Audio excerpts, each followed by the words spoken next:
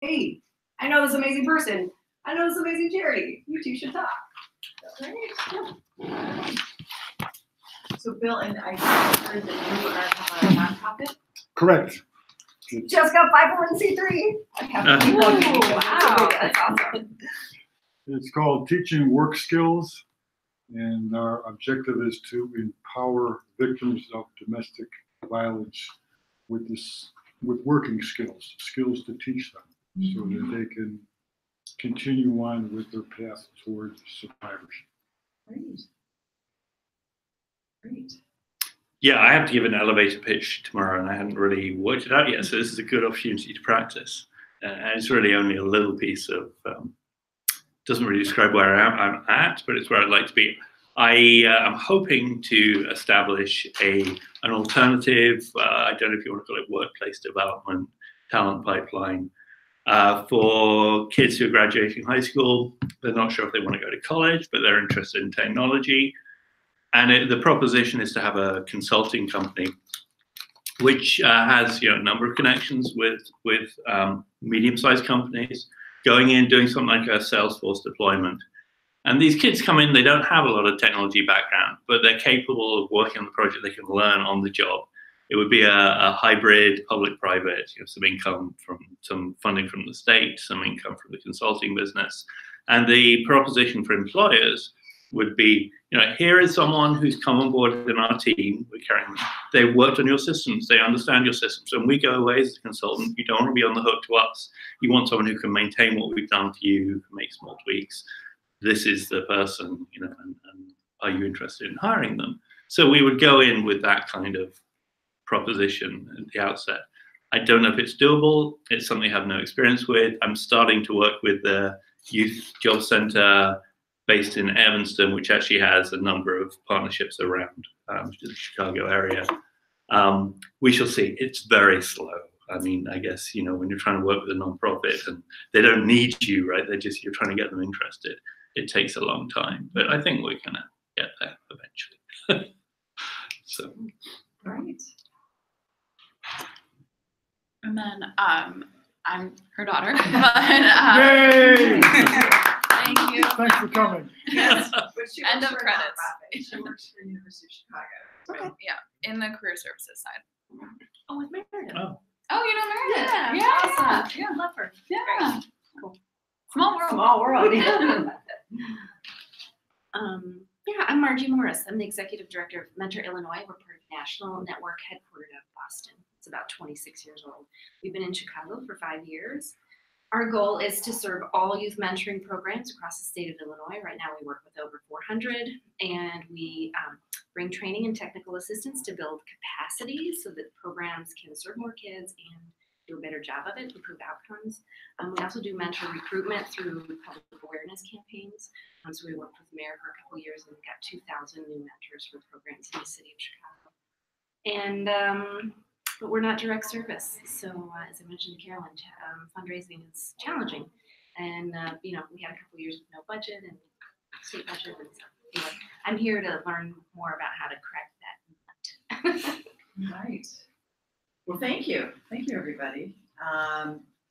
As you know, my name is Carolyn Nopar, and I am the founder of the Chicago Fundraising Accelerator. What I'm going to do is tell you a little bit about sort of my journey in terms of how I came up with this, a little bit about me, and then we're going to get right into it. So I'm going to move fast. If I'm moving too fast, please stop me. The focus of today, since we only have an hour, I actually run boot camp. So what I've done is I've actually sort of consolidated just some sort of basic things that I think would be interesting to all of you, especially sort of where you are, in your particular cycles. Everybody's sort of at a slightly different level. But we can kind of talk through, and for some of you that are new, this might be helpful in the future. Margie, for you, this might be more helpful now. So just sort of depends. So the reason I got into this is that there's a huge amount of financial instability in the nonprofit sector right now. 50% of all nonprofits have less than 1 month's operating reserves. You also have, there's a huge concern that there is the baby boomers are actually retiring in the next 10 years, and there's going to be this massive leadership gap. The other issue is lack of diversity. In general, in the development field, development professionals tend to be very Caucasian. And so that becomes an issue when you are working with in communities of color, right? There's an issue of trust. There's an issue of, do you really understand my journey if you haven't experienced it yourself? So, all of these things are lending itself to a lot of financial instability. In general, in the development sector, an average director of development has a tenure of about 16 months. It's one of the lowest. In fact, it's far lower than, say, the executive director or other positions. And the churn happens in many cases because development people come on, there's sort of the expectation like, oh, they're here, we can go back to doing other things. Development doesn't work like that. It's a community activity, and everybody has a role. And so typically what happens is development tends to be siloed. It results in unrealistic expectations, the person leaves, and then they're cycling through. When I started this, one of the reasons that I really started this program was in January of last year. I went on LinkedIn and I typed in Director of Development, Chicagoland area nonprofits. 412 open positions for Director of Development. That's like saying that that's like 412 companies without their director of sales. So it's a massive problem, and as a result, something that I'd like to do something about. We're going to stop for a minute. Hi there, I'm Carolyn. This is my Carolyn, Brian Powers. Brian, nice to meet you. Pleasure meeting you as well. And Thank are you you. with the nonprofit? I am with the Chatham Technical Institute, which is a nonprofit. It's part of Blue Ocean Logic. It's the for-profit. All right. Well, welcome. Thank you. Please continue. All right. Yeah, we're starting a little earlier tonight because That's Carolyn fine. needs to. Well, I got a robust. Yeah. I got a robust deck here. I want to give you all the information I can. So anyway, so my approach is very much taking people, especially in small organizations who really struggle with this, and train multiple people in the organization. They may or may not even have a development person, but getting the board involved so that they understand their role, getting program people involved so they understand their role. Everybody's got a role.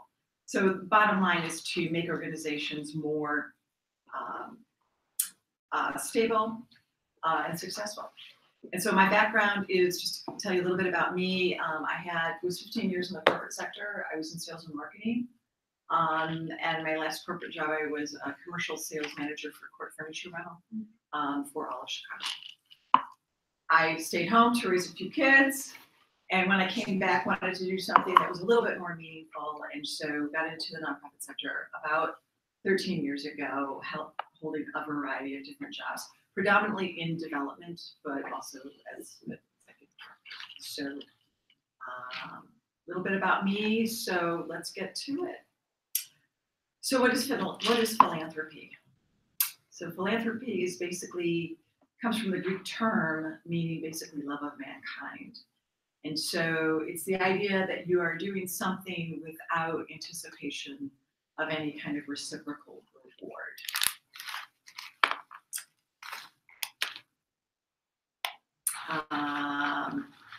Why do people give? For all of you who are starting, and for those who have it, this tends to be a big issue for a lot of people because donors have different reasons for why they give. And so any development program, anything that you do to try to target donors or try to find funders for your new ventures, you have to understand that everybody comes from different motivations. So your very first task is to try to figure out what those what those motivations are. Some people give because they truly are altruistic. They just want to give. Some give because their friend asked them. Others give because they really happen to like a program or they saw somebody speak. Some are giving for their legacy. Some are giving because they want to be well perceived and they want the recognition that comes with it. There's no right or wrong answer. But what you need to understand is people give for multitude of reasons. And the people and the organizations that are very successful in fundraising understand that and craft and create messages for different audiences. This is very much like sales. Same type of thing when you're trying to sell a product, you're essentially trying to figure out what the issue is for or what the problem you're trying to solve and then come up with a solution. This is the same thing. You want to do some background. You want to find out what people's motivations are and then craft a message that's compelling, that's appealing to them. So what I want to do is go into some basic terms, just so we're all on the same page. I won't spend a lot of time with this, but you really need to understand sort of these are some basic descriptions and sort of standards and concepts in development that will help you going forward. So in 2017, in the United States, $410 billion was given to philanthropy. Now, this doesn't include any government. So this is strictly personal gifts, corporate gifts, foundation gifts, bequests, and anything that's sort of private, either from an individual or a company, so no government involved. And so this is what the grid looks like. And any thoughts? What is the blue? Any? Private. What is it? Private donations. Well, it's all private. Individuals. Absolutely. Absolutely. Most people think that's corporations or foundations, but it's not. In general, individual donors make up 70% of all donations. Bequests, which basically are gifts in after death, so any kind of gifts in an estate plan or anything there from an individual account for 9%. So almost 80% of this pie, or roughly $300 billion, comes from individuals. The mistake I see for a lot of small nonprofits is they go after foundation and corporate support pretty much exclusively. The danger there is for you that are starting out. Most corporations or foundations are going to want to see 3 years of financials before they're willing to make grants. So obviously, you're in terms of going after funding, that's going to be a limit to you. Your best bet, and the larger section of the pie, would be to actually target individuals who might be interested in what you're doing. And once you create sort of a cadre and a base of support with individuals, after 3 years at that point, you can then go to foundations and corporations. Make sense? Now that said, it's not to say that you couldn't potentially get somebody to sponsor an event or something, but just be aware the lack of financials is something, especially in our current society where everything can go on Facebook. Corporations want to be very, very careful where their name ends up. So they're really wanting to see a track history. So just be aware. Okay. Any questions on this? No, I mean, that makes a lot of sense of like, oh, if they're going to partner with you or donate, like they want to get all the publicity they can get. And if you're little podunk, little nothing, they know that reach isn't going to be as far as, oh, we're going to donate to this big organization who's going to touch, all these people. So the way around that is try to get some of these corporate folks on your board. Corporations now want to give where their employees are volunteering. The caveat to that, though, is they have to be at a high enough level where the company will actually give. Just because you have somebody from Google if you have somebody from Google on your board, if there's no guarantee that they're actually going to, that the company would actually make a contribution. So at a certain level, though, if they're a VP or senior manager, they may. So when you're thinking about your boards, you want to be thinking about not only do you want people really invested in your organization, but you also want to be thinking, you know, what kinds of networks they bring in, because the job market is really tight. Companies more and more are using, encouraging their employees to join boards or volunteer at foundations because they're using it as an employee retention strategy. So they'll support their efforts sometimes with, you know, sometimes small grants or whatever. But again, just be aware that they're doing this, the companies are doing this maybe not so much that they value your cause, but they would be doing it to support their employees. So what are the standout demographics of my individual donors? It varies by, we'll get into Sure. that a little bit more. That's And I'll get into a little bit more of how to maybe find donors, which I think is sort of what you're getting at. Just a quick question Yeah. as well. So is there a way to maybe short circuit some of these if you partner with already existing nonprofits?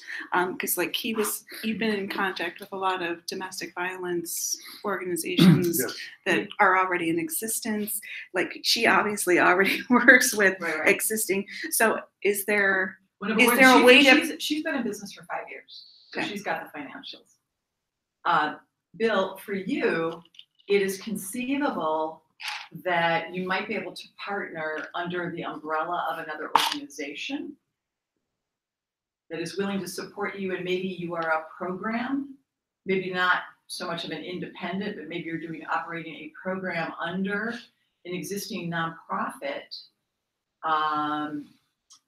And then you could potentially, the nonprofit is basically the one providing the financials and the organization. So does that make sense? I understand. Yeah. So that's the way around it. So just a couple of terms, just so that so everybody understands. There's a difference between transactional and relational fundraising. Transactional fundraising is exactly what it sounds like. It's a transaction. A GoFundMe, if you support a GoFundMe, you're making a transaction. Sometimes peer-to-peer, the Water Bucket Challenge. Those are all transactional. You made a transaction. In some cases, in the case of the Water Bucket Challenge, you got a chance to post your video. So you sort of got something from it, regardless of whether you were actually tied into ALS or not. Those are transactions. Will you donate to ALS after that? Probably not, right? You did it not because of ALS, but you did it for the Ice Bucket Challenge. Now, yes, they will convert some people, but the vast majority of those were one-time donations. It's transactional. Then there's the relational. Relational are donors that stay with you every year. Those are donors that are part of your annual fund, that you're going to send letters to, that you're going to invite to events, that they're going to get your newsletter. You have a relationship with them. For all of your purposes, taking and converting as many transactional to relational, or developing stronger relations with the donors that you have, is the best way for you to increase your revenue. And we'll get into that a little more, but I just want you to understand the concept of relational versus transactional. Any questions? Pareto principle. All right. Pareto was an Italian economist at the turn of the 20th century, and basically came up with this 80-20 rule, which I think most people are familiar with. Bottom line is 80% of your profit comes from 20% of your customers, or in our case, donors. This actually holds true in business. It definitely holds true in fundraising. And in fact, I would say now, this was definitely true 10 years ago. I would say now it's probably more like 90-10. 90% of your revenue is going to come from roughly 10% of your donors. So the lesson there is really finding who are those 10%, and you're going to treat them differently than you treat, the remaining, because you want to develop this group, and with limited bandwidth, you want to make sure you're retaining those particular donors. So I'm gonna go to I want to go to this is just a mock-up of an organization. This is actually from my boot camp. That this was basically downloading data for donations. So over here, oh gosh, what happened?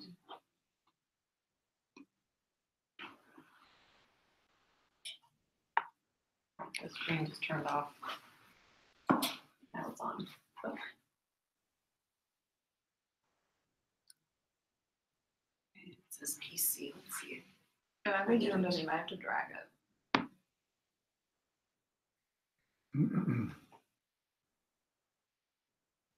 Mom, do you see your thing on your screen? Pardon me? Is it on your screen? It's on the screen. All right. Technical assistance. Excellent. That's why you're here. Maybe. Oh, look at that. All right. You double click on the top, it may fit screen. Oh. Somewhere, This one? but it's no, like there, but nope. Move next to it without, yeah, like tap somewhere there. Double tap. That looks better. I'm And not so sure. scroll. I'm not sure what this is though. I'm not either. That's just the TV itself is doing that. There you go. Got rid of it. Okay. Got rid of everything. Hopefully it'll come back. Just scroll through.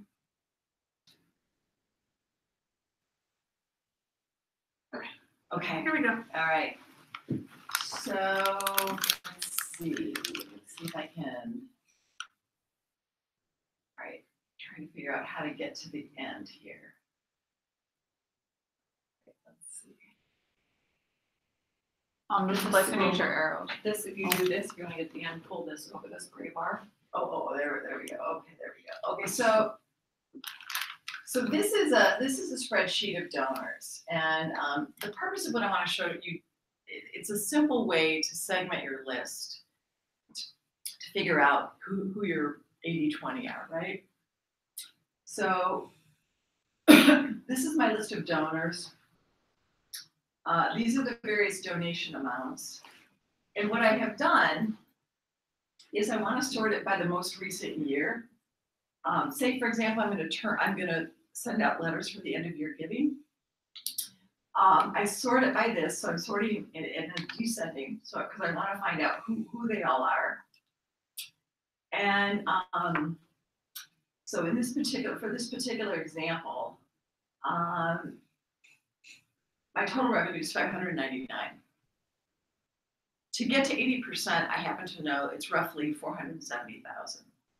So $470,000 is 80% of this figure. And what I did simply is I went over here and I basically added all of these up over here to figure out at what point am I at 470. And this is, I have 36 donors here that make up this amount. The reason that's important is another mistake I see small nonprofits make is they treat all the donors the same.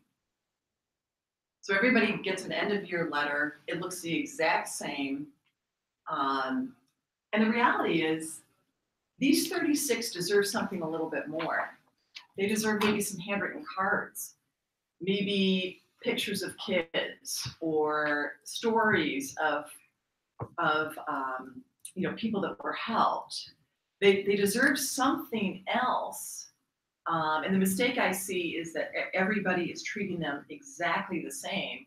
And what happens is you end up losing these people. They have a lot of options to give, and you're not making it personal enough. You don't have a relationship with them. You are treating them as a transactional donation when in fact you want a relationship. Because here's the thing.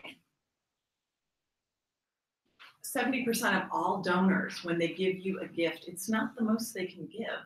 And if it's a first gift, 30% can give more. So you want to really try to target and develop relationships with all of these people. The other thing I want to show you is in these particular, especially even here, these are big gifts. If somebody gives you a gift, and I would use the benchmark of 250 because you're small nonprofits and you may not have a lot of bench strength.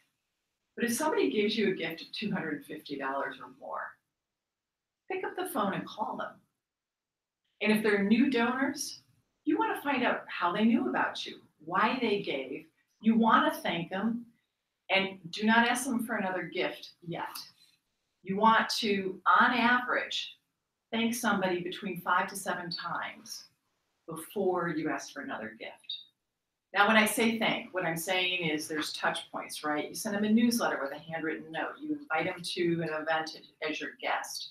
There's different touch points along the way before you ask for another gift. You don't want to treat them like an ATM. And so, in the case of all of these donors, even down here, I'd be careful. Anything over 250, think about it. 250 is a big gift, especially if that's a first gift. And they can give more. They can give substantially more. Any questions on this? This is just a really simple way to do it. It's just sort of cut and dry. For some of you without donors yet, it's just something to think about. Yes.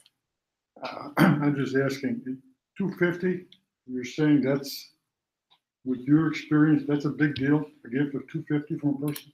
Here's the thing, somebody who can give 250 Mhm. can probably give 10 times that amount. Okay. So You're cultivating a relationship. yeah, so you know what, we're gonna get back to, okay, Katie, get us back to the deck. Can I also ask, is there a rule of thumb between touch points that are like person to person, like, phone or in person versus a note on a newsletter?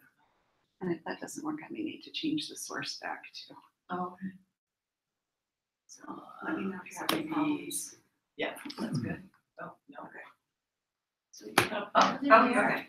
So we don't have to change the source back. Maybe do that. Can you do that? Yeah. Okay. All right. That's all right. Okay. All right.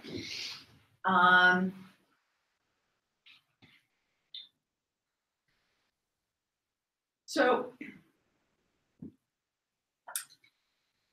nonprofits in general, unless they have dedicated major gift officers, and you have to be an organization of probably 10 million or more to really have a dedicated major gift officer.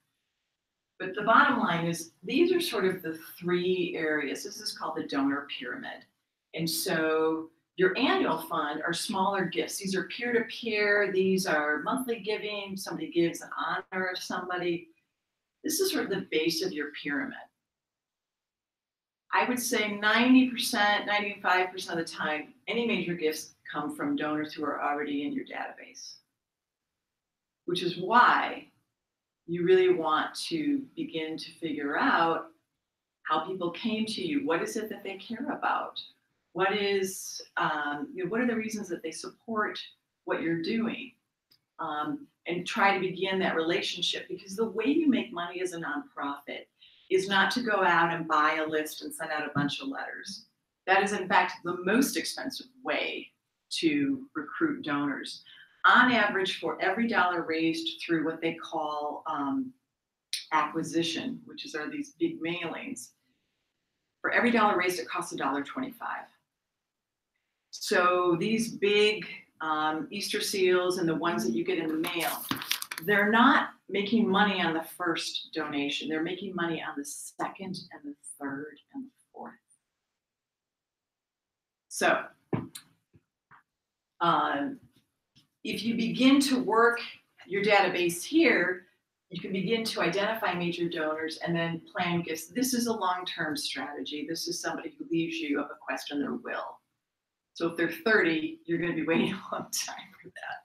So, but this sort of gives you an idea. And the idea is to move as many people up on the pyramid as you can. So let me give you an example. One of the organizations that I worked with, I was a director of development for an organization called Family Focus. And when I got there, they made about $80,000 on their annual fund. So they would send out letters after Thanksgiving and make $80,000. By segmenting out their top and by beginning to treat each donor sort of differently based on their giving level and giving history, I was able to move donors up. And so after 4 years, instead of 80,000, we were bringing in annually about 152,000 from roughly the same donors. So it's not like we brought in a lot of new donors. They just were better informed. They valued what we were doing and were willing to give at a higher level. So you're just moving them up. It's not to say that you don't want new donors. You always want new donors. But you want to maximize the giving of the donors that you already have. Because you either have your existing donors, you have lapsed donors, or even new donors. Like those are the only 3 buckets there are. And so you want to keep as many donors as you can through developing a relationship. You want to move them up so that you're maximizing the revenue, and you don't want them to lapse. So,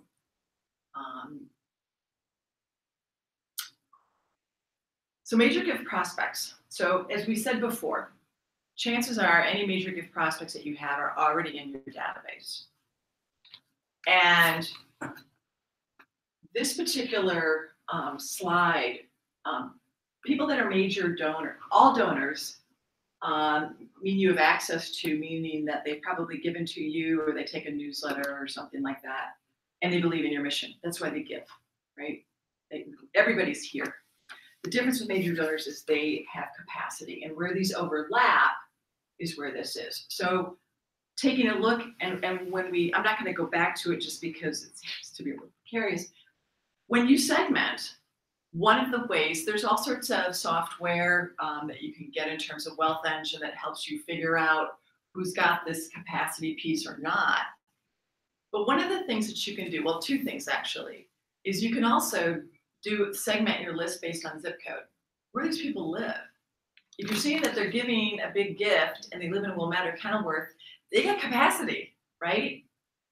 So that would be sort of an easy way. And so once you learn who these people are, pick up the phone and start calling them. Hey, you've been a longtime donor, would love to grab coffee and learn more about, what is it about what we're doing that you're so interested in? And again, try to take that transaction into more of a relational approach. Questions?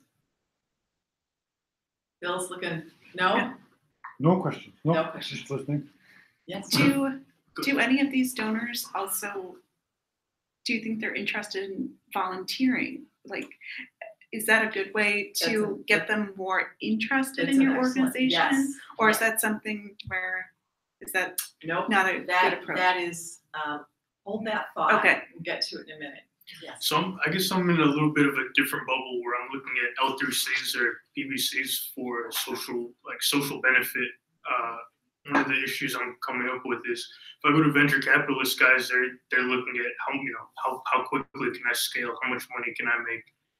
Not quite a nonprofit, that's not my goal. So the question is this the correct route to go, like access to donors who would normally be giving to nonprofits, or are they primarily giving to nonprofits for the tax benefits where you don't get that with the L3C? So anybody who's doing social impact bonds or any of those sort of social venture capital investments, they have to believe in what you're doing. The whole point of trying to scale something is because they happen to believe in the leadership and the particular approach that this organization is doing. Right.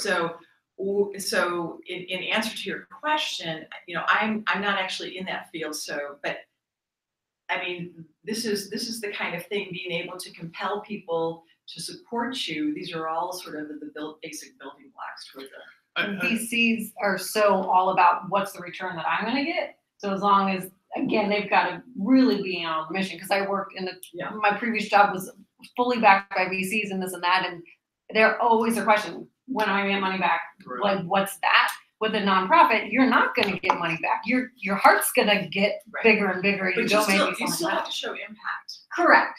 Yeah. But they're not going to be getting that financial. But I would also say too, if nonprofits don't have this down, they're not going to be good stewards of the funds, and the VCs are not going to be interested. So. But in an L3C though, I mean, you're looking for a little profit out of the game. Right. So the donors are going to be a little bit different, because there is a bit of profit here, and there's just much more social responsibility built into that model. And I don't know that everybody's familiar with it. Yeah, I unfortunately am not. So Illinois is one of the few states to actually that doesn't have that option built into the tax. Yeah. So the basic benefit of an L3C is you can do a for-profit company, but I guess like if you have a normal for-profit company, you can be sued if you're not trying to maximize your shareholder value. So with an L3C, you're holding to your social value. So when shareholders invest in your company, they realize that it's not for profit, although there is profit which can be obtained from it. Your primary mission is the social good, social benefit. Well, I would still think though that you would get a lot of benefit by slightly tweaking how you apply what she's talking about. Right, that's what I'm thinking. Yeah. But I guess the most people don't know about L3C, so I think it's more of an education issue to create some investment in that region from the people who usually donate to nonprofits. So opportunities. So Linda, getting back to your point, when you were looking at funds, and when you were looking at building out a base of support, and this will be helpful for you, you want to look with people who already know you. So, you know, most nonprofits start in people's basements, and they get their friends, and that becomes sort of the founding board. And then over time, as the work is done, they bring in more people, and then you bring in more outside people. And so it's this gradual thing.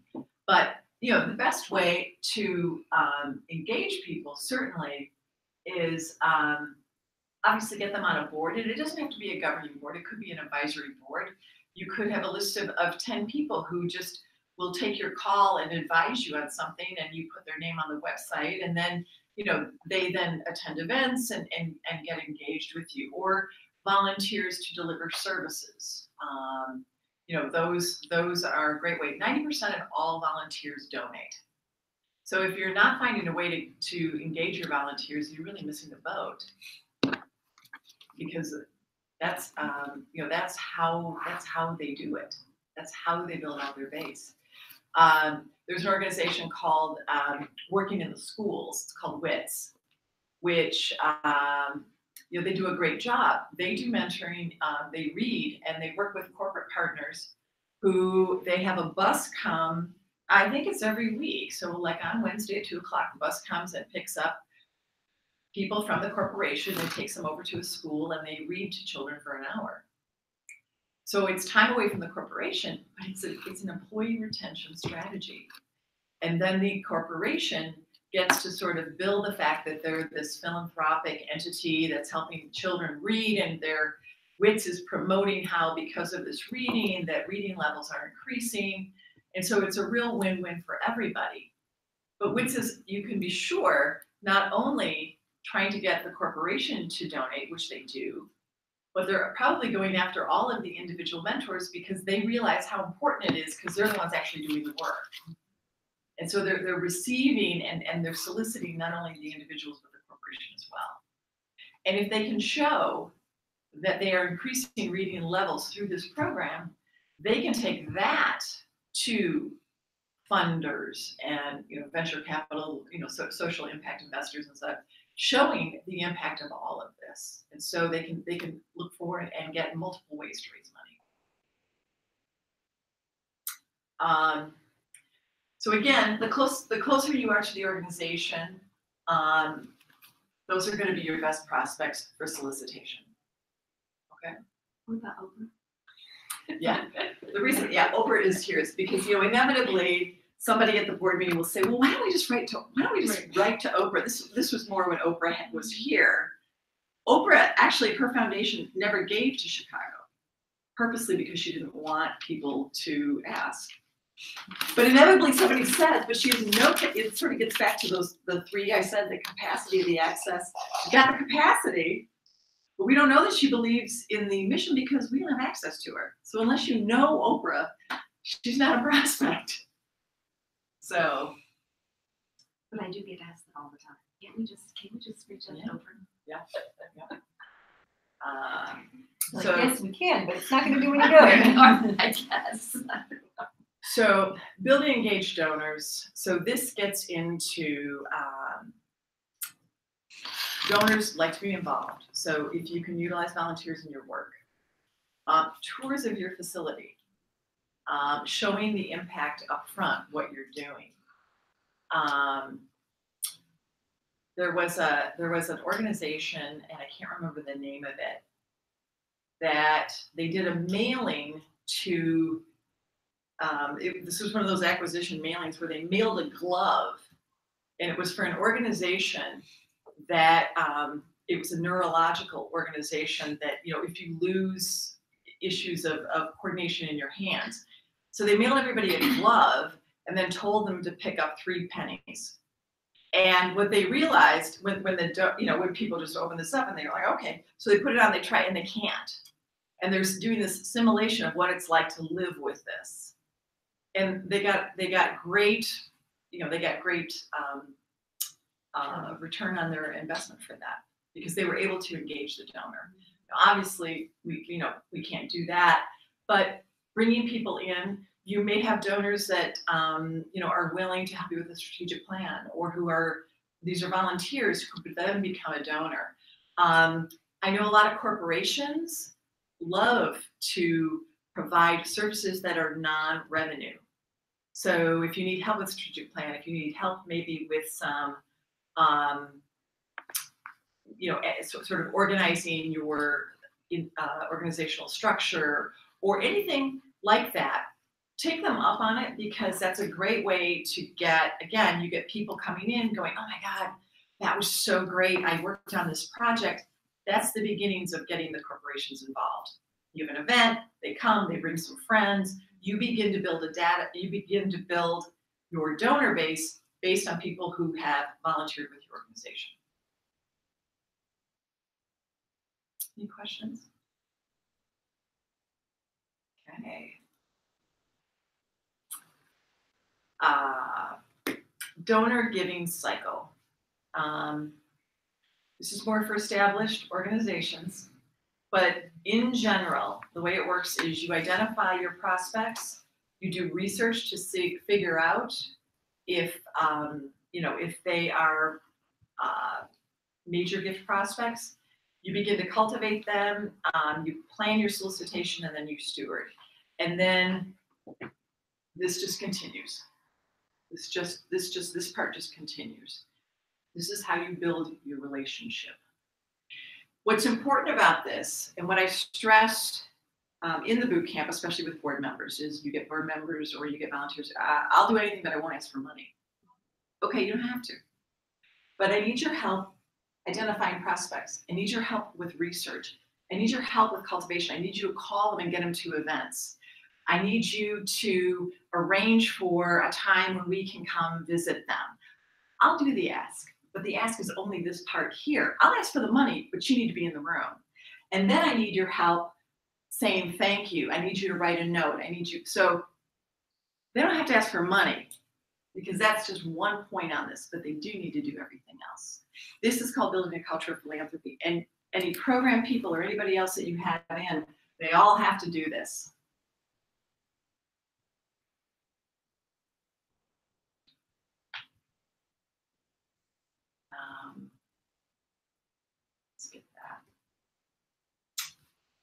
I want to talk a little bit about donor retention.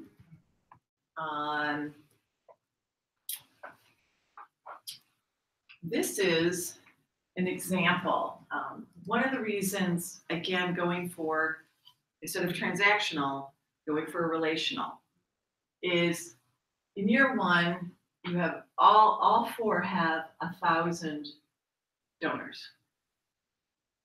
But these are those retention rates. So the Green Forest Conservancy retains 8 out of every 10 here. But the Nopar nonprofit is only at 45%. Well, when I take this out to 5 years, and just in general, 5 years tends to be the average length that donors will give to you. Some will give more, some will give less, but 5 years is roughly there. The point is, if 80% of this is 640, 80% of this is 512, etc.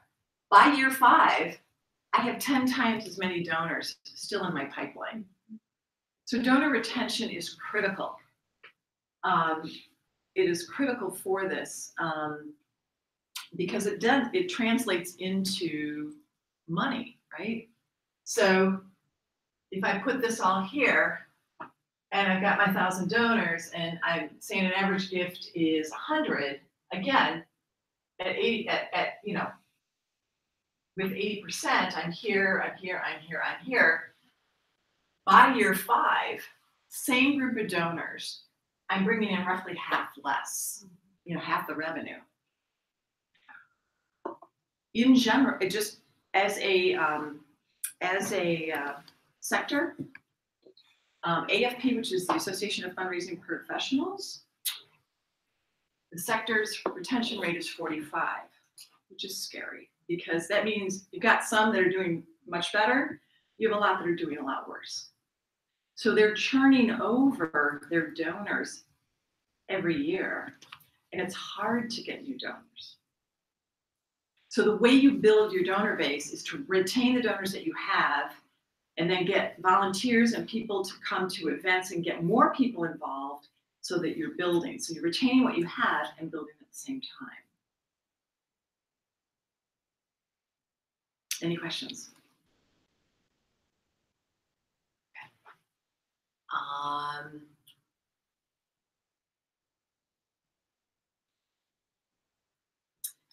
Got just a couple more and then I'm going to open it up for questions.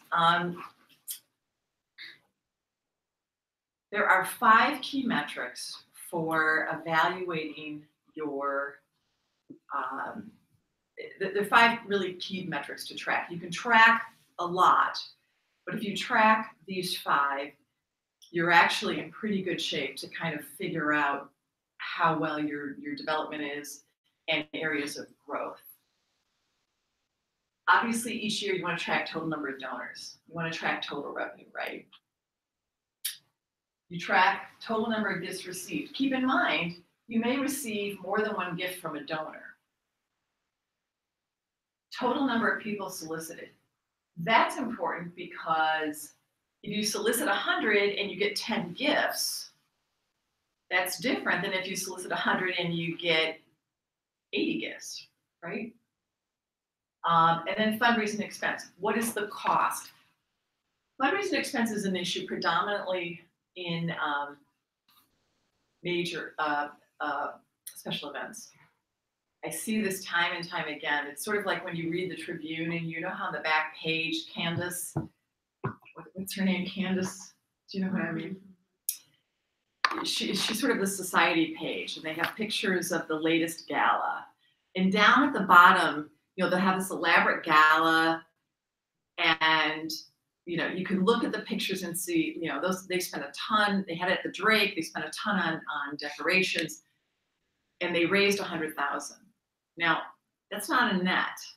If they raise 100,000 after they pay the cost, after they pay the band and everything else, the net figure is probably substantially smaller, right?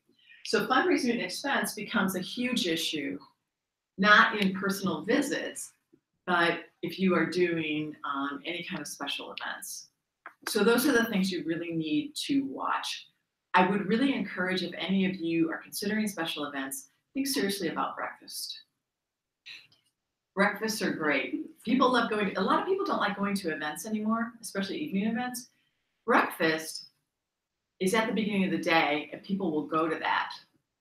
It also is cheap, eggs are cheap, and there's no band, there's no entertainment typically, and there's no alcohol. All of those factors, and no one's expecting elaborate decorations. So you can have a very nice event at a very inexpensive cost. And your net, again, it's not what you raise, it's what you net. That's the thing you really need to pay attention to. The problem sometimes I see is that they get committees because you want to engage your volunteers and then your committee, and then your committee goes hog wild. Give them some parameters, and I think you will find that that really helps a lot. So here's the reason, again, for tracking those particular metrics. Right here are the 5 we talked about. Total revenue, so total revenue, and then I've broken it up by category. So board giving is what did the board give? Individual and family foundations, those are individual gifts. Word about family foundations. If a family foundation like the Crown Foundation, they have staff. I think that would be actually a foundation. But if an individual gives you a donation from their foundation and they're the only person, it's an individual gift. It's sort of the, but then you've got corporations, special events. So, so here you're bringing it in. You get total number solicited, total donors, total number of gifts, and fundraising expense. If I have all of this, then I can look at what my participation rate was, which is basically the number of donors versus the number of solicitations. What that says is I solicited 670 and I got 400. So 60% of everybody I solicited gave me a gift. It's pretty good. And see, with all of these, you want to look at them and say, okay, so maybe next year I'm going to solicit 800 and see if I can increase the 60% to 70%. Average gift size, again, this is the kind of thing. If these things are going up, you're going in a good direction. You want to do this every year. You want to evaluate how you're doing last year versus how you're doing this year. You want to find out, again, net income. We just talked about that. It's not what you raise, it's what you net at the end of the day. Your average cost per gift and then your fundraising cost. ROI, return on investment for each of these. For example, individual and family foundations. That is the best ROI you will get. It's technically the least in comparison. And what I mean by that is for the fundraising expense for individuals might be meeting for coffee, or it might be taking them on a tour. In other words, the cost to solicit that person are very low, and yet the potential for revenue very great. So your ROI is very high, much higher than, say, special events, because you might raise a good amount, but then your fundraising costs are much higher. Does that make sense?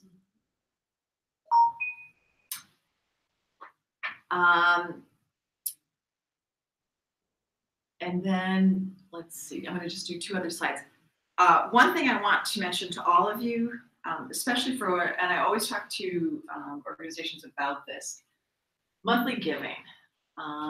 If you are not doing it, this is an easy thing to do, and I would really encourage you to think about it. Monthly giving is simply this. It's the idea that you get somebody to sign up and give you $10 a month. So rather than ask for a gift for $50, and this is actually very good for people, millennials, younger people who might have trouble making a larger gift, but who still want to support your cause. $10 a month is, Starbucks, right? So they're not really thinking about that. The beauty for you is, if you get enough of them, it becomes an annuity. It helps with cash flow. It comes in every month. It's a way to bring in revenue without a lot of effort. So, like for example, if you had 20 donors, giving $30 a month, you'd be bringing in $600 a month. And in general, most people don't stop it until their credit card expires, right? It's just a reoccurring thing. So again, if you can get 60 donors to give you $20 a month, that's $1,200. And what it is it's a function on your website. Your website has to have the ability to take donations, go through PayPal, and then you shoot them back an automated email that basically says thank you for your donation, right? So you have to have a system that can do that. This is great. And I mention it to everybody because even if you only got 20 people, it's still an extra, $600 a month. One last thing, and then I'm going to finish up. Earned revenue. So this might be something for you. Yeah. Are you selling your curriculum?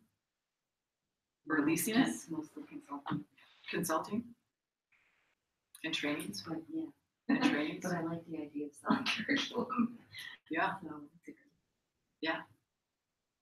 So one of the things, if you are, an organization and you, for example, New Moms, this is a workforce development organization that manufactures soap and spa products the manufacturing of the soap and spa products is a part of the program. They're working with moms who need skills. So they're training them. They don't have any job history. So they're training them how to manufacture soap and spa products. So they're getting all of the benefits of a work history. So the manufacturing of the product is integral to the program. But then they're turning around, they're selling those products to help support the program. Feed was a social enterprise where if you bought this bag, this was a burlap bag that you bought for roughly $98. And the money raised obviously didn't cost $98 to make that, but it went into a nonprofit and it went to Feeding America is a version of Feeding America. They sent these to some celebrities. So celebrities start wearing them, so all of a sudden everybody wants one. So it became a social enterprise.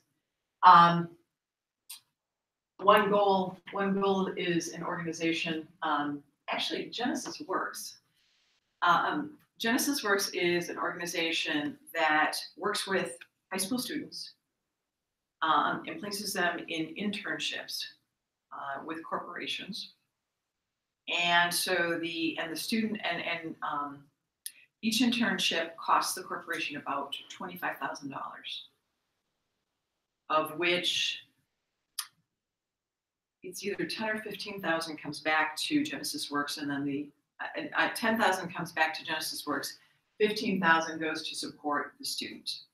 So the student graduates from high school with a work history working at Aon or some work history. They've earned some money, and then this is actually focused on getting kids into college. But they're developing this really solid work history. So that's an earned income model. The stipend and the piece, and you would think at $25,000, they'd get a few. They get 20 or 30 internships from one corporation. Like it's crazy. And then they're a national organization, so they do this in every city. So it's Does the corporation fund that through their foundation side or through marketing? Well, I mean, I'm just Depends. wondering what bucket that's in. Because if they're doing it through the foundation side, it's a huge boom to the organization because they actually get a worker that's being paid through the foundation. So there's a big benefit to having 20 people come through there. You know what? I'm not close enough to it. I'm not close enough to it to know if the corporation is paying them out of the marketing budget, which sometimes corporations do, or out of the foundation. My guess is the foundation, right? My guess is the foundation. But again, these are all earned income models. So if there's something that you're doing, if you have a unique curriculum, a unique training, something like that, Marjorie, right? Yeah, Margie. Marjorie. So like Marjorie has a curriculum where she can lease it, sell it, do trainings to other nonprofits as an earned income stream that she can make. So not all of her revenue is philanthropic. Some of it is earned income. So I encourage you to think about that, because one of the things that funders look for is they want to see sustainability in funding. They want to see that you are thinking outside the box, and models that pull in resources from a variety of different sources and don't rely solely on philanthropic are going to be much better bets. They're going to be much more interested from a revenue standpoint. That's very, very true, in terms of nonprofits that replicate. The model, how they do the model is very important. And the higher you can get earned income as a function of that, the better.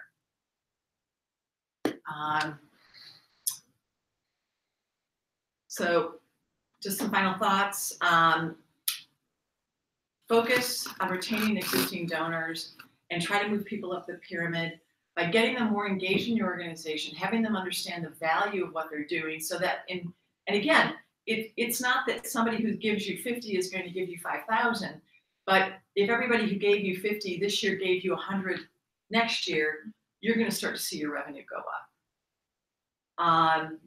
The way you do this is by getting them engaged with your organization. Bring them in for tours, meet them for coffees, ask your board to bring people into, just a strategy event.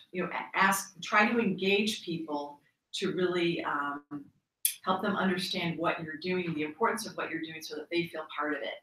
At that point, they will convert from a transactional to a relational. That's what you want. Segment and target your efforts using the 90-10.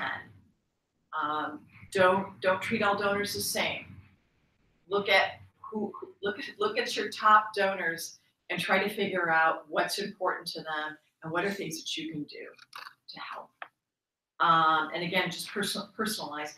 I think the biggest thing with all of this is, I think, especially in with social media and everything else, people are just being besieged by everything. I would highly encourage you to do one of two things. Pick up the phone and call them. People don't get phone calls. It's an easy way to make people feel special. Hey, I wanted to let you know, your donation was so great. We're using donations like yours to do this great program. If you ever want to come in and take a look, we'd love to have you. Or a handwritten note. People don't get mail, and if they don't get handwritten mail. When was the last time anyone got a letter, right? If you want to break through the clutter, call or write a handwritten note. In closing, that when I was at Family Focus and I converted the annual fund from 80 to 152, I was able to locate volunteers who wanted a volunteer opportunity and would handwrite my entire annual appeal of 5,000 letters. Like the whole letter was handwritten? The envelopes. Okay. No, the envelopes. The reason you want to put something handwritten on the external part of the envelope because you want to increase your open rate. I'm going to stop right there. In terms of those note cards, do you have strategies or suggestions? Like, is it like a note card with the logo of your charity? Is it, if you work with children, is it a picture of the kids? Are there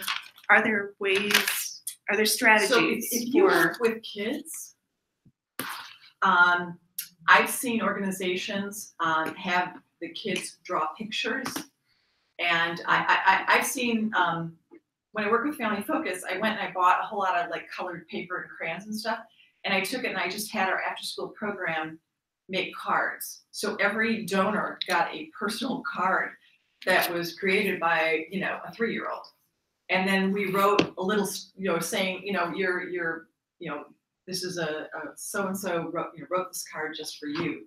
Or you take a piece of artwork that one of the kids made and you get it made into note cards. But here's the thing, don't overthink it. Go buy a box of thank you cards at Target and handwrite notes and just handwrite the external envelope. Don't print the outside envelope because then you're just getting lost in the mix. But if you do just a handwritten note, it doesn't really matter what it is. But make it be all about them, right? Make it all about them, what their gift did, what their support is. They're the hero. Make it all about them. Because then they're going to naturally say, wow, this was great. I wonder what else I can do. I did for, I got 4 years ago, I went to Africa to support other two charities. And in going over there, those charities, they would hand out hygiene kits, which is like toothpaste and washcloth and soap and stuff like that. And so I helped fundraise to get those made. And when I was there, I planned, I mean, it just takes planning ahead of time. I made signs and knowing how much each one cost and how many kids, got each bag. So someone donated, like my biggest donor of that was like $300. And so that made like 20 different kits because we got the price down super low. So when we were at that orphanage, I got 20 kids, had them all hold their thing and gave them a sign that said, thank you, Day Cake Family was their name. And so when I came back, they got a picture of these literally are the children that you helped make a difference to.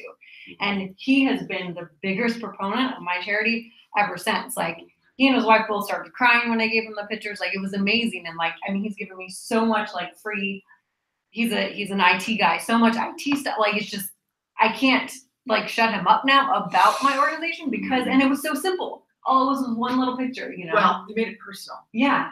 You made it personal and you showed him what he did. And I know not every situation is like that, but like for the few people, I mean, that it was, That's definitely exactly made a right. difference. Yeah. That's exactly So you right. definitely moved him up to the major donor Oh, on your yeah. pyramid. But you Yeah. can't do that for many donors, right? No, but I mean, Teamwork I knew photography, he yeah. gave $300. Yeah. I'm like, that's a big substantial amount, and so, yeah.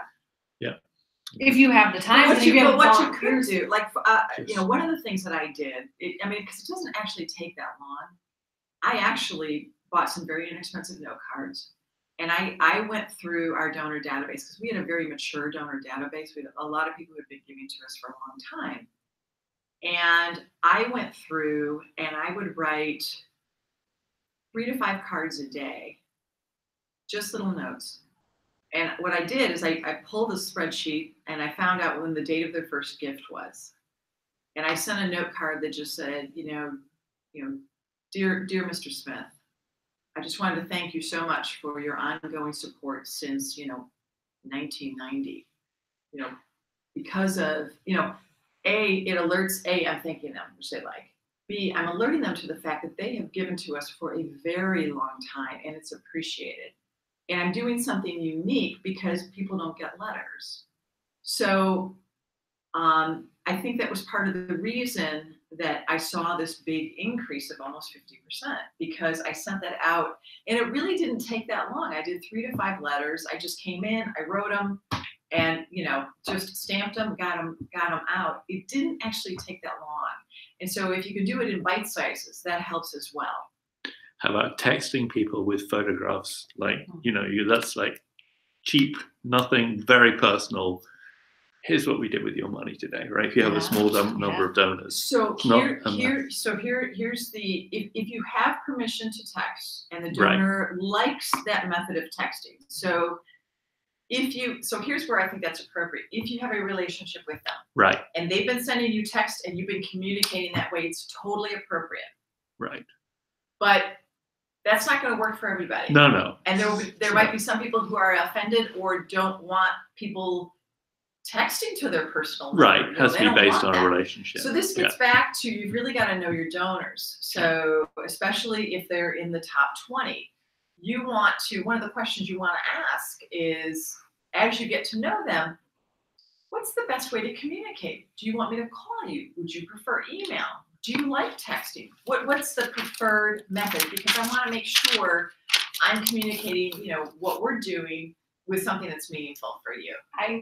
And again, I'm just starting, but it's already in my protocol of when I very first get first interaction with the donor is asking those questions. And then also, how often are you comfortable with me contacting you? You know, for me, it's again, I'm matchmaking. It's just when a match comes up, you know, I'm going to tell you just at Christmas time. Is it, you know, monthly? What is it? Because again, people like I get annoyed when I get stuff all the time, and I'm like, stop sending me stuff, you know, and I'm like, people stop giving. Yeah. You know, if they start getting too much, they think, well, this is how my money's being used. Now, yes. Those companies that are doing it because, again, it gets back to that first letter, they're not making any money. They get it on the second and third. After a certain number of times when you don't respond, it should, if they're paying attention, drop off. It doesn't always, but it should. But yes, you're exactly right. So you want to find out, and it's, for those of you just starting, I would encourage you to send a letter to everybody. I'd encourage you to call every donor, because you know what? If you do, they're going to be like, I got this great new charity. I just started giving them, and they did a nice thing. It's a way to get to know them. You have an event. They're more likely to come if you start that relationship off. So might be something, you know, for you. So yeah, the frequency, I like the newsletter idea too. I mean, if people actually sign up for a newsletter rather than just sending them, oh, here's the news about our organization, I didn't ask for that. So. Well, and the key too with newsletters, don't make them too often, right? And make them fun. Make them lots of stories, you know, those types of things, so people actually read them. I made the mistake early on of trying to do a monthly newsletter. No one wants to read anything once a month. It's too much. I have a question for frequency of having events. So most charities do their annual big events. Is there any statistics or anything of those of you who have been in this a while of what is the best like timing of those? Is once a year good? Should you be doing things more often? Like, any feedback on any of that? Well, there's different types of events. So there's fundraising events, and then there's cultivation events. So they're two different things. Okay. Fundraising events are predominantly to raise money. Cultivation events are to basically engage your donors and deepen a relationship with your existing donors. So like an example of a cultivation event might be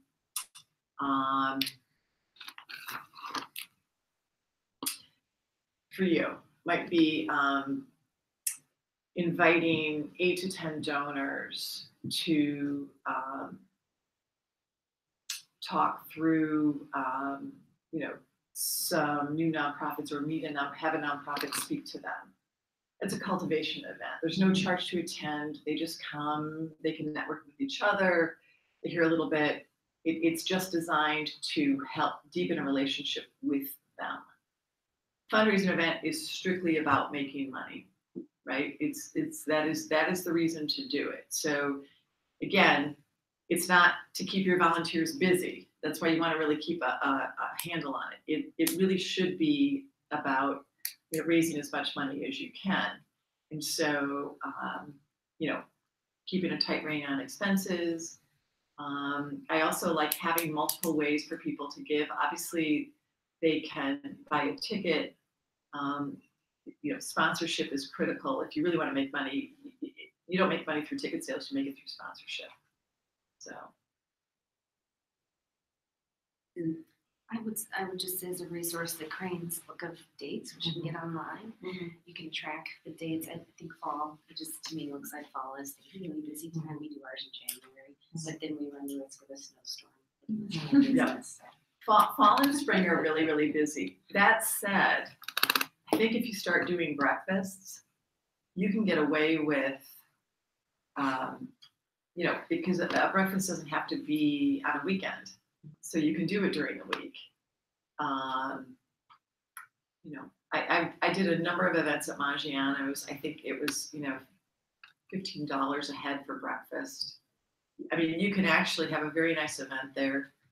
You know, nobody needs the decorations, and you have a nice program, and you get people who are who you're helping speak. And is that equally successful across generations, or is it even more successful if you like have an older donor base? Because, you know, just thinking about like my parents and other types of people, like I know my parents, especially as they got older, they prefer going out during the daytime. They didn't like driving at night, things like that. And so for a morning event, especially for older people, that actually may work out much breakfast better work for them. beautifully for people who are working. For people who are older, you know, I don't know if there's an issue with them sort of getting out of the house in a timely manner. You know, sometimes when people get older, it takes them a little longer to get ready. Okay. In which case, you have to know your donors. So would a lunch be better?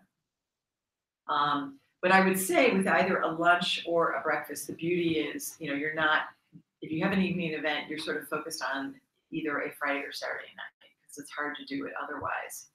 And again, I would say, I think there's more appetite for events that are sort of during the day that don't feel like they're cutting into people's personal time. That's just a trend I've seen. I mean, it's not that they're not getting, you know, it's not that, you know, the field isn't having a big gala and raising a ton of money at night. But they're also, you know, these are big deals and they have, you know, full-time staff working on it too. So, any other questions? The one thing I wanted to make sure you do before we leave, especially for the recording, will you talk about your fundraising accelerator and like what your upcoming dates are, how much it is, Sure. how to apply? Sure. And so the give next your fundraising, the next boot camp is what I do is I hold it on 2 consecutive Fridays from 9 to 3, 2 days. The boot camp is a little different. I sort of talked you through everything here just because of a time constraint. In the boot camp, I have I set one price and I allow each organization to bring up to 4 people because I wanted to encourage sort of that culture, and I especially encourage board members to come. I also ask nonprofits to bring their own databases. I had a sample here. But these are working sessions. These are actually workshops that people what we're doing is we're actually segmenting their databases. So they're actually getting work done. And then we're doing development plans and really talking through what their best prospects are, what are the best ways to approach it, and what are things that they can do to essentially raise money. So it's highly customized and very personal. I take between 5 to 7 organizations, so there's a peer learning component because I think it's important for people to learn from one another. But it's also working, again, what's different about it, I think, than what anybody else is doing is it's not theoretical at all. Everything is based on your organization. So the next dates are I believe it's the 15th and the 22nd of January. The cost is $490 total, and that includes for up to 4 people to attend. And that's it. Where are they held at? They will be held at the CARA program. So the CARA program is a nonprofit in Chicago. As part of their earned income stream, they rent out rooms. So I feel good about renting space from a nonprofit. So I'm benefiting them. Des Plaines and Jackson? Perfect. Yes, exactly. Des Plaines and Jackson. So very accessible to mass transit and easy parking as well. So if anyone would like more information, I brought my cards. If you have any burning questions that we didn't get to, be happy to. I apologize. I'm meeting my nephew for lunch or for dinner. Sorry, but I would be happy to send you information on the boot camp, or if you just had a general question, I'd be happy to. I was just wondering if there's a cadence to the year end, right? We're headed into the big giving time. There definitely is. There definitely is. But the other piece of that too sometimes is that it's also a crazy time of year, so it's hard for people to get away. So I did one in September, focusing on end of year. You might want to take this back. But a lot of these concepts are not necessarily focused on end of year, and sometimes it's easier actually in January when you have a clean slate to sort of really think about things, to sort of begin to plan like what you're going to do in January that's going to make a difference by the end of the year. So, thank you.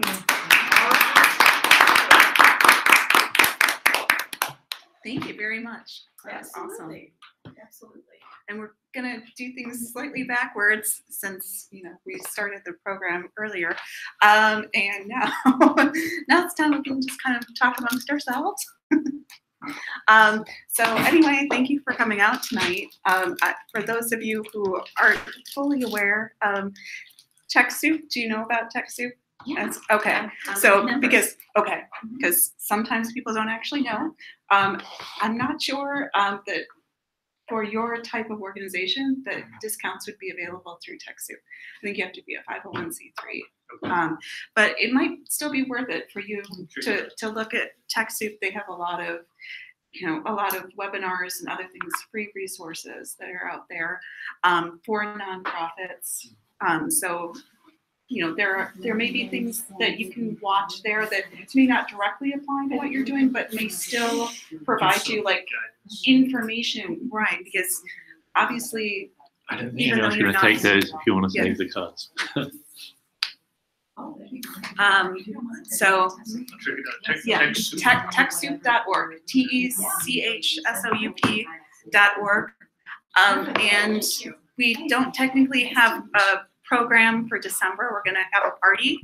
Jeremy replied to me.